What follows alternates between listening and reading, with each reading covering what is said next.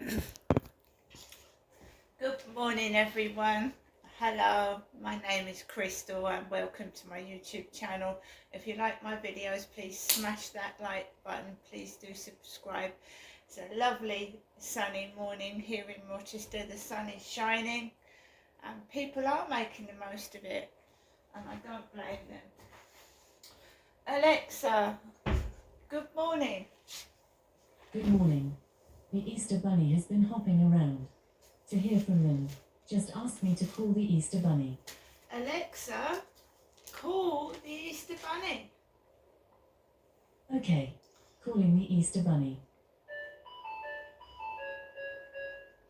Sorry, can't take your call right now. An army of bugs has just run away with all of the Easter eggs. I need to get them back. Please try again tomorrow. Alexa, what's the time, please? It's 9:15 a.m. Alexa, what's the date today? Alexa, the date.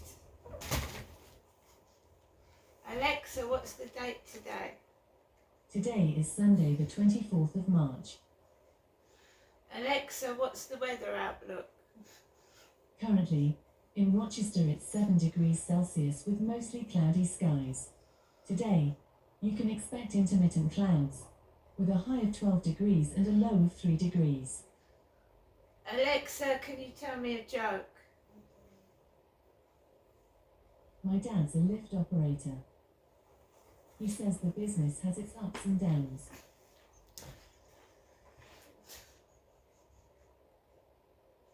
Alexa, whose birthday is it today? Today's famous birthdays include American actress Jessica Chastain, American actor Jim Parsons, American businessman who was the chief executive officer of Microsoft Steve Ballmer, American football quarterback Peyton Manning, and American actress Alison Hannigan. Right, although the sun's out, it's still a bit nippy in the air. I don't think it's like hot enough to go into the sea. Not that I would want to anyway, not at the moment. So good morning, everybody. I got up early for a Sunday. I've got cats and they wake up between 6:30, 7 and they're bouncing everywhere. So I got up, got back to rest, got up, got back to rest, and I thought, right, I'm going to get up, just going to get up. And I felt really sluggish and tired, and I thought, fuck this. Motivated myself. I thought, right, let's get to the shop, let's get a newspaper. Last night I did a 13-minute workout. They do workouts for men and women, so basically it's like a robot showing you how to do exercises on YouTube. And I need to get rid of my waist and my belly, get it down a couple of sizes. So basically I looked on YouTube to see if there was any exercises, and there's a great half an hour regime for me to do each day to cut off the belly fat and the waist. So I started it last night, and as you well know, when you first start doing proper exercise for the first time, it makes you out of breath. So I kept a load of water to hand, and I'm going to start doing that every day. I did it last night, so I'm going to do it again later on, a half an hour workout. It provides their own music, and it tells you when to start, when to stop, everything. So that's what I was doing last night to keep myself occupied. I was doing a Keep Fitness workout, and I rest afterwards. I'm not going to keep at it. That's enough for me, half an hour every day. And my odd little weight lift in the morning. So I got myself up. I thought, right, let's go out, let's go to the co-op. So I got all my rubbish together, what I normally do, threw it into the bin, walked up the road, and I thought I was going to get run over by about 10-12 joggers. So it all goes in the diary. So I comes out of the bin store, walking up the road, and just slap bang into about 10 or 12 joggers running down the path. And they're panting. I can hear by my ears. Then we've got a bald-headed dad running with his son. So you've got a bald-headed dad running with his black-haired son up the road in front of me. Joggers like nearly stampeding through me. And I get to the co-op without being run down and stampeded. Sounds really hilarious, but that is exactly what happened this morning. I got into the co-op, I was feeling tired already, and that had made me feel even worse. I grabbed a black basket. I was looking for healthy food, but I'm afraid the fruit does not look appetising in there. It doesn't look appetising. I managed to get myself some hand-picked strawberries. Just like a handful of them, literally a handful of hand-picked strawberries, and these originate from Morocco. They're Fortuna strawberries. We've got a lemon curd yoghurt. Must remember to look.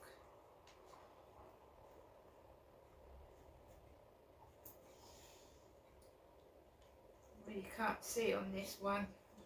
Should imagine that's alright. I wanted some chewing gum, I've got some ham, I've got some Oasis. Let's have a look what Oasis. Oh dear. Oasis has got 4.0 saturates in it. I am having a Benecol a day. A Benecol. So we see if that lowers the saturate level and the cholesterol. And I'm obviously doing a 30-minute workout every day now, because being overweight can put stress on your heart. So exercise, yeah, an odd treat now and then, but not a whole load like I used to do. So workout, exercise, fresh air, try and get healthy. We also got the mail on Sunday. I get the mail. Princess of Courage, Kate. I'm so touched by everyone's outpouring of love. The Princess of Wales has revealed she feels extremely moved by the overwhelming deluge of love and sympathy which greeted her courageous announcement that she has been diagnosed with cancer. Messages of support have come from all over Britain and across the world, with Kensington Palace declaring the Princess and her husband William are enormously touched by the public's kindness. Yesterday, flowers were laid by well-wishers outside royal palaces, with a heartfelt note attached to a bouquet left at Windsor Castle, capturing the sentiments of many. I wish you from the depths of my heart a certain and lasting recovery, it said. King Charles has signalled his hope to attend some form of Easter service at Windsor next Sunday. So we've got two royals struck down with cancer, not forgetting Sarah Ferguson, who I don't know if she still has it, was being treated for breast cancer. So we're going to go through the paper later on, and we've got the You magazine. You magazine. Hot cross buns, I can't eat them. I have to find another Easter treat, I'm afraid. I can eat salmon. I've got a nice picture of a large slice of salmon here. I can eat salmon. The You magazine. So we go through the Mail and the You magazine later on. I basically went out to get the newspaper, to get myself out of my flat. I felt a bit, not isolated yesterday, but a bit like nothing much to do. Like solitary, if you know what I mean. My mum had rung in the morning and she rang in the evening.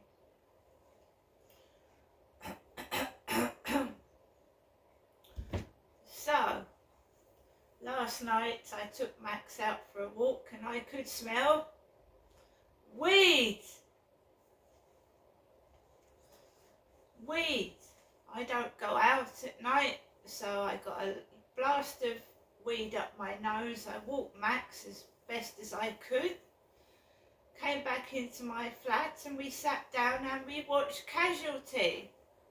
I haven't watched Casualty in ages. You know, I used to watch the one with Charlie in it.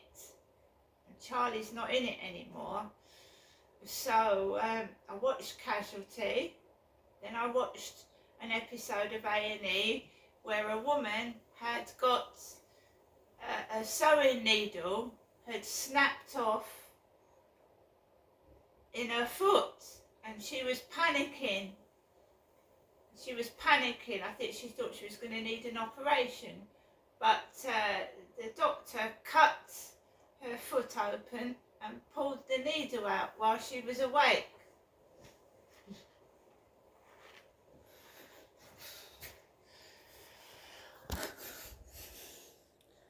So I spoke to Kim this morning. I walked into the co-op, past these marauding joggers. There was a man with a moustache, old man with a bald head and a moustache, and Kim said to me, "Are you ready?" I said to the man, like she does to me, "Are you ready?" And he brought his stuff over like I do, and he was mimicking me and how I was talking to Kim. I didn't rise to that because I'm stronger than that, and it really doesn't bother me. The mickey taking and the piss taking does not bother me anymore. It doesn't, believe you me. The horrible things that they did to Kate Middleton before she actually revealed she had cancer was absolutely disgusting. What the trolls were doing to Kate Middleton before she revealed she had cancer. Even celebrities, now they're bowing their heads in shame and they're apologising now that she's been diagnosed with cancer. But I mean, me myself, if somebody had taken the piss out of me and I was like that, I really wouldn't feel like being nice to people that had stabbed me in the back like that. I'll be honest. People that stabbed Kate Middleton in the back and talked about her, including celebrities, are now changing their attitude. Well, that's fake, isn't it? Why should they feel forced to have done that? I wouldn't want to know them myself. I really wouldn't. Yeah. That's how people are though, isn't it? That's how some people are. That's not real sympathy, is it? They felt forced to do that. Me, myself, I'd be disgusted and I wouldn't want to know any of them. But I know Kate is a woman that is graceful. She's very, very nice, and she's saying thank you. Me, myself, I would have had a lot more to say. But then she's a royal and she's got to maintain a certain amount of dignity to the royal family. She can't afford to lose her temper or use rude words, but you know, people are like that. They laugh at you. There's trolls that send evil things to people online that have got cancer. It's not only just what Kate Middleton's going through, and I do sympathise with her. I send her my best wishes, and I you know, what she's going through is horrendous, especially in the public eye. When you want to be with your family and left alone, I understand that. But there are millions of people that get trolled, that have lost children, they've had cancer themselves, their children are ill, and they get sent despicable images, and that, perhaps it's good that because it's happened to Kate Middleton, it's being highlighted, and maybe social media will stop it happening to other people as well, and find these horrible trolls that wish people dead and horrible things like that.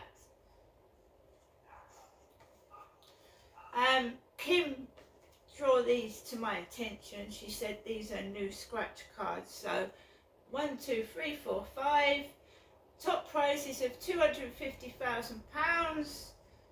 5 £2 scratch cards.